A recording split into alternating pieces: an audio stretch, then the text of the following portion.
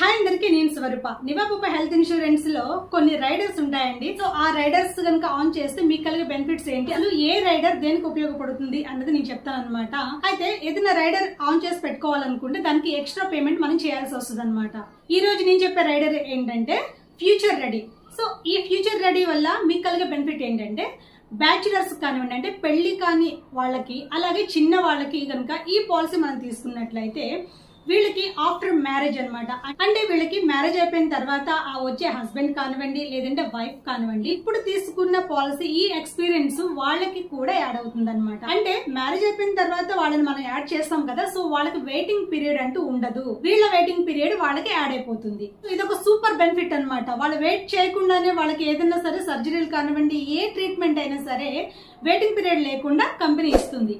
So ఇలాగా ఎన్నో రకాల రైడర్స్ ఉన్నాయండి. సో దానికి తగ్గట్టుగా పేమెంట్ అన్నది ఉంటది అనమాట. మీకు తగ్గట్టుగా మీకు ఏ రైడర్ మీకు ఇస్తే బాగుంటుందో అన్నది మేము చెప్తాం అనమాట. మా గైడెన్స్ మీకు ఉంటది.